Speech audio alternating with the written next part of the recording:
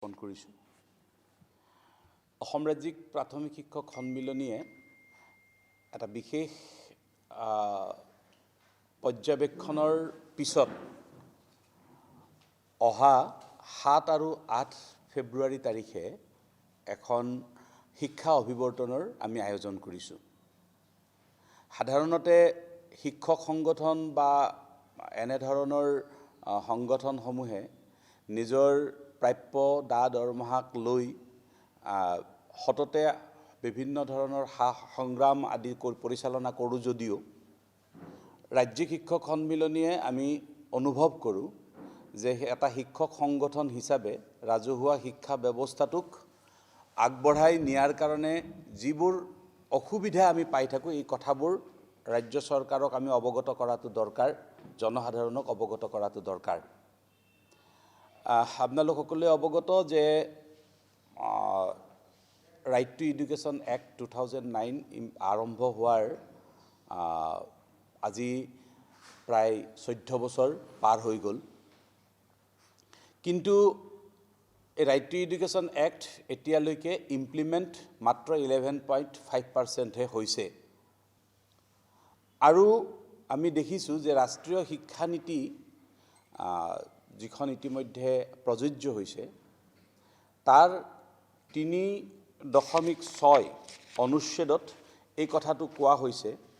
যে public private partnership পলিচিখন প্ৰয়োগ কৰা হ'ব। আৰু আমি দেখিছোঁ যে পাব্লিক প্ৰাইভেট পাৰ্টনাৰশ্বিপ পলিচিখনৰ অন্তৰ্গত অংশ ৰূপেই ইতিমধ্যে ৰাজ্যত প্ৰায় 10,000 বিদ্যালয় বন্ধ হৈ গৈছে। আৰু এই বিদ্যালয়বোৰ বন্ধ হ'বলৈ যাওঁতে যিটো কথা কোৱা হৈছে সেইটো হ'ল শিক্ষাৰ্থীৰ অভাৱ। আৰু শিক্ষাৰ্থীৰ অভাৱৰ কথাটো এনেকৈ কোৱা হৈছে যে শিক্ষকসকলে বিদ্যালয়ত শিক্ষকসকলৰ যিটো কৰ্তব্য এইটো সঠিকভাৱে পালন নকৰে, যাৰ কাৰণে বিদ্যালয়বোৰত ছাত্ৰ ছাত্ৰীৰ সংখ্যা কমি গৈছে। এই কথাটো এনেকুৱা এটা নেৰেটিভ গোটেই সমাজত সৃষ্টি হৈছে, যাৰ কাৰণে আজি আমি দেখিছোঁ যে ৰাজহুৱা বিদ্যালয়বিলাকৰ পৰা ছাত্ৰ ছাত্ৰীসকল ক্ৰমাগতভাৱে ব্যক্তিগত খণ্ডৰ বিদ্যালয়লৈকে গৈছে। আৰু এতিয়া অসমত প্ৰায় 35% বিদ্যালয় ব্যক্তিগত খণ্ডৰ বিদ্যালয় হৈ উঠিছে। এনে পৰিস্থিতিত আমি ৰাজ্য চৰকাৰক আজি প্ৰায় 6-7 বছৰ ধৰি বাৰে বাৰে কেইটামান কথা উনুকিয়াই আছোঁ যে আজিৰ তাৰিখত অসমৰ শিক্ষকসকলে ক্লাছৰুমত থাকিব নোৱাৰে। এই কথাটো যে এনেকুৱা আজি আৰম্ভ হৈছে এনেকুৱা নহয়, বিগত প্ৰায় 10-12 বছৰ আগৰ পৰাই এই পৰিস্থিতিটো আৰম্ভ হৈছে। আৰু এতিয়া আমি দেখিছোঁ যে বিদ্যালয়বিলাকত বেছিভাগ সময় শিক্ষক শিক্ষয়িত্ৰীসকল ক্লাছৰুমত থকাৰ সুবিধা নাপায়। আপোনালোকে সকলোৱে অৱগত যে শিক্ষকসকলক প্ৰশিক্ষণ দিয়ে। বিদ্যালয়ৰ শ্ৰেণীকোঠাৰ সময়খিনিত শিক্ষকসকলৰ প্ৰশিক্ষণৰ কাৰ্যসূচীবিলাক লোৱা হয়। আমি এটা হিচাপ কৰিছোঁ যোৱা বছৰটোত, মানে এই চলিত শিক্ষাবৰ্ষটোত যদি এজন শিক্ষক তেওঁ RP হিচাপে কাম কৰিছে, ৰিচোৰ্চ পাৰ্চন হিচাপে কাম কৰিছে, তেওঁ যদি জোনেল লেভেলৰ ৰিচোৰ্চ পাৰ্চন হিচাপে কাম কৰিছে, সৰ্বমুঠ 42 দিন তেওঁ কেৱল প্ৰশিক্ষণৰ কাৰণে মানে ব্যৱহাৰ কৰিছে। যদি ডিষ্ট্ৰিক্ট লেভেলৰ তেওঁ RP হৈছে তেতিয়াহ'লে তেওঁ 37 দিন প্ৰশিক্ষণৰ কাৰণে গৈছে। আৰু নৰ্মেল সকলো শিক্ষক শিক্ষয়িত্ৰী 15 দিনৰ পৰা 17 দিন পৰ্যন্ত প্ৰশিক্ষণৰ কাৰণে গৈছে। ইয়াৰ উপৰিও শিক্ষকসকলক অৰুণোদয় আঁচনিৰ হিতাধিকাৰী নিৰ্বাচন কৰা, খেল মহাৰণৰ কামত ব্যৱহাৰ কৰা আদি ইত্যাদি 100 উবৰি কাম শিক্ষকসকলৰ ওপৰত জাপি দিয়া হয়। তাৰোপৰি শিক্ষকসকল যিবোৰ অনলাইনৰ কাম আছে এই অনলাইনৰ কামবোৰত অনবৰত ব্যস্ত হৈ থাকিব লগা হয়। হাইস্কুল পৰ্যায়ৰ কথাটো এটা পৃথক, কাৰণ সেই হাইস্কুলবোৰত শিক্ষকৰ সংখ্যাটো বেছি থাকে। তাত হয়তো ডিজিটেল কাম কাজ কৰাৰ কাৰণে হয়তো মানুহৰ মানে এজনে কামটো কৰিলেও আনজনে শ্ৰেণীটো নিয়ন্ত্ৰণ কৰিব পাৰে। কিন্তু প্ৰাথমিক বিদ্যালয়ৰ ক্ষেত্ৰত শিক্ষক এভাৰেজ শিক্ষক হ'ল 2জন। 80% বিদ্যালয়ৰ এভাৰেজ শিক্ষক 2জন। তে 2জন শিক্ষকৰ এগৰাকী শিক্ষক যদি অনবৰত BLOৰ কামত বাহিৰত থাকে বা প্ৰশিক্ষণৰ কামত বাহিৰত থাকে বা অন্যান্য যিবোৰ কাম দিয়া হৈছে অৰুণোদয় আঁচনিৰ হিতাধিকাৰী নিৰ্বাচন কৰা প্ৰধানমন্ত্ৰী আৱাস গৃহৰ যোজনাৰ কাম কৰা ইত্যাদি কামত যদি বাহিৰত থাকে আনজন শিক্ষকে যদি স্কুলৰ ডাটাবোৰ দি থাকিব লাগে কেৱল ডাটা দি থাকিব লাগে তেতিয়াহ'লে ল'ৰা ছোৱালীক পঢ়ুৱাব কেতিয়া এই বিষয়টো আমি বাৰম্বাৰ ৰাজ্য চৰকাৰক অনুৰোধ কৰাৰ পিছতো এতিয়ালৈকে দেখা গৈছে যে ৰাজ্য চৰকাৰে বিষয়টোত গুৰুত্ব দিয়া নাই বৰংচ বছৰে বছৰে অনাশৈক্ষিক আৰু পাঠ্যক্ৰম বহিৰ্ভূত কাম বৃদ্ধি হৈ গৈছে আৰু এই কথাটো দেখা গৈছে যে ভাৰতবৰ্ষৰ নিপা নামৰ অৰ্গেনাইজেশ্যনটোই কৰা যিটো সমীক্ষা এই সমীক্ষাটোত 2019 চনত দেখুৱাইছিল যে 19.1% সময় প্ৰাথমিক বিদ্যালয়ত শিক্ষক শিক্ষয়িত্ৰীসকলে পাঠদান কৰিব পাৰে আৰু 2023 চনত এইটো হ্ৰাস হৈ 19%লৈকে নামিছে অৰ্থাৎ 1% আৰু কমিছে এইটো নিপাৰ ৰিপৰ্টত পোৱা গৈছে গতিকে এই পৰিস্থিতিত আমি দেখিছোঁ যে যদিহে এই পৰিস্থিতিটো ক্ৰমাগতভাৱে চলি থাকে তেনেহ'লে অনাগত সময়ত ৰাজ্যৰ ৰাজহুৱা শিক্ষানুষ্ঠানসমূহ বন্ধ হৈ পৰিব তাৰোপৰি অসম চৰকাৰে ইতিমধ্যে এটা সিদ্ধান্ত গ্ৰহণ কৰিছে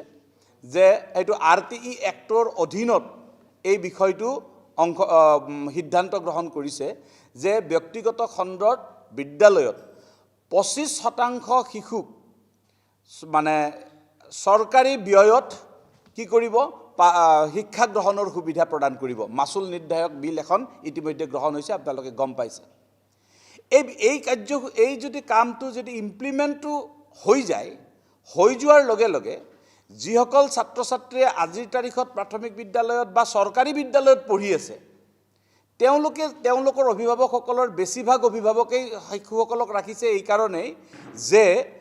আজি তেওঁলোকৰ আৰ্থিক অৱস্থাটো বেয়া যিহেতু তেওঁলোকে ব্যক্তিগত খণ্ডৰ মাচুল ভৰিব পৰা বিদ্যালয়লৈকে যাব পৰা নাই তেওঁলোকে ৰাজহুৱা বিদ্যালয়ত থাকি শিক্ষা গ্ৰহণ কৰি আছে কাইলৈ যেতিয়া চৰকাৰে মাচুলটো দিব বুলি ক'ব তেতিয়া তেওঁলোক নিশ্চয় বিদ্যালয়বোৰ এৰি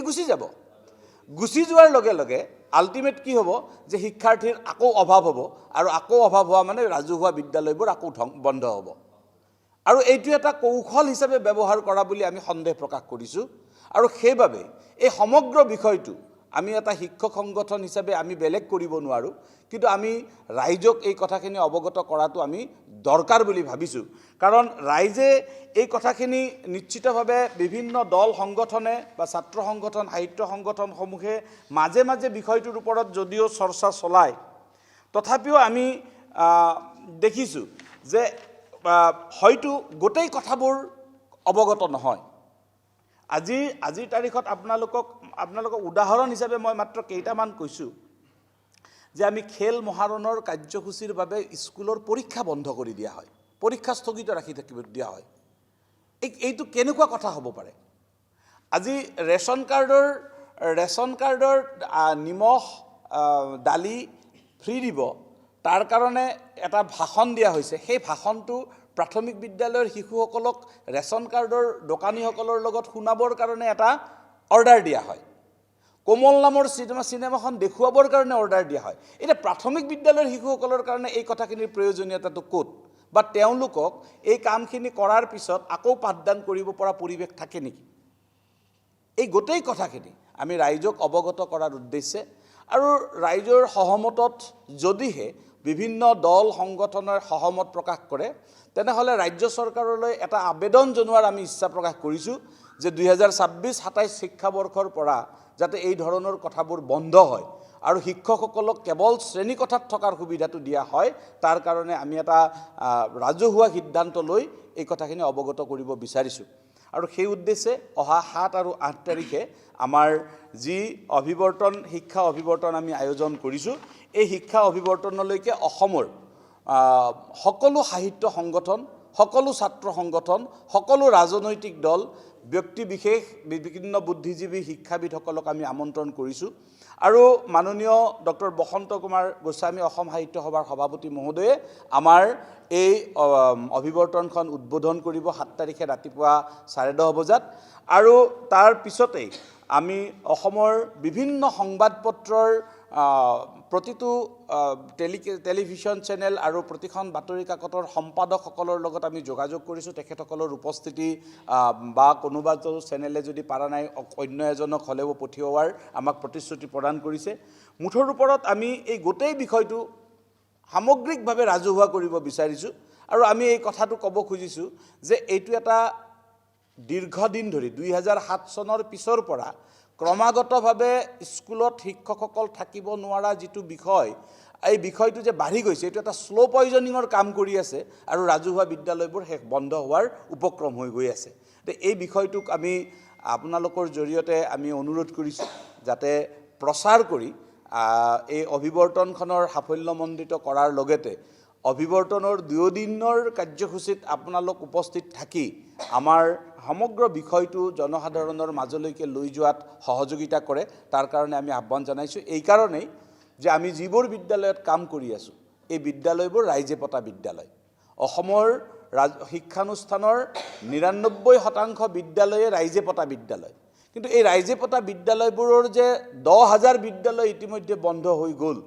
এই কথাটো অত্যন্ত চিন্তনীয় বিষয় বুলি আমি অনুভৱ কৰোঁ। আৰু বিদ্যালয়ত যদি শিক্ষকসকল থাকিব নোৱাৰে,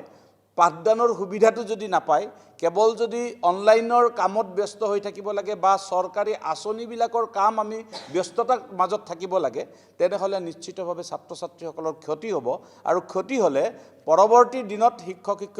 বিদ্যালয়লৈকে ছাত্ৰ ছাত্ৰী অহাটো কমি যাব। গতিকে এই গোটেই বিষয়টো আমি অৱগত কৰাৰ উদ্দেশ্যে আয়োজন কৰা এই 7-8 ফেব্ৰুৱাৰীৰ অভিৱৰ্তনলৈ আমি সকলোকে আহ্বান জনাইছোঁ, সহযোগিতা কৰাৰ কাৰণে আহ্বান জনাইছোঁ।